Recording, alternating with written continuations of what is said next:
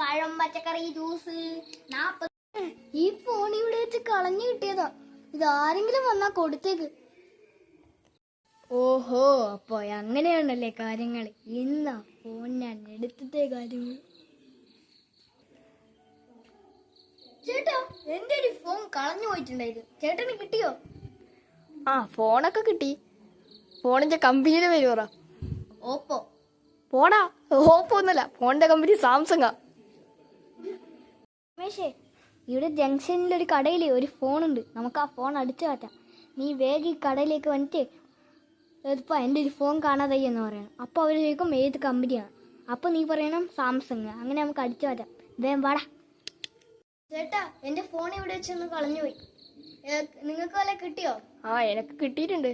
അല്ല, ഫോണിന്റെ കമ്പനി ഏതാ? സാംസങ്.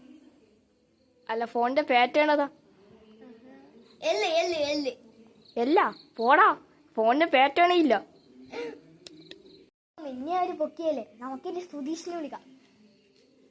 ഹലോ സുധീഷ്, നീ ഇപ്പൊ എവിടെയാ? ഓക്കെ. നീ വേഗം ജംഗ്ഷനിലേക്ക് വാ.